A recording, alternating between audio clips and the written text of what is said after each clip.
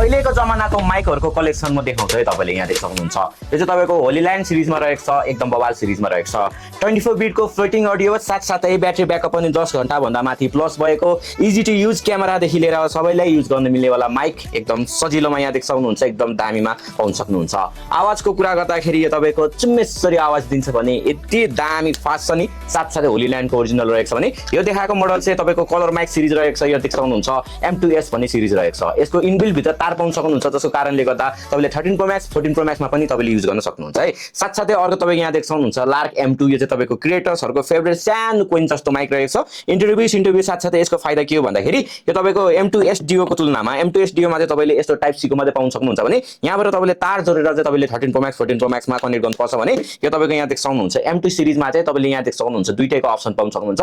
क्यामेरामा पनि युज गर्न सक्नुहुन्छ, यो पनि हामीसँग अवेलेबल छ। साथसाथै यो चाहिँ तपाईको एकदमै बजेट फ्रेन्डली रहेको छ है। तपाईले 3000 4000 युज गरेर त्यो माइक तपाईको कामै छैन, त्यो काम कबाड हुन्छ भने यिनीहरु तपाईले थोरै पैसा एड गर्नुभयो भने यस्तो राम्रो पाउन सक्नुहुन्छ।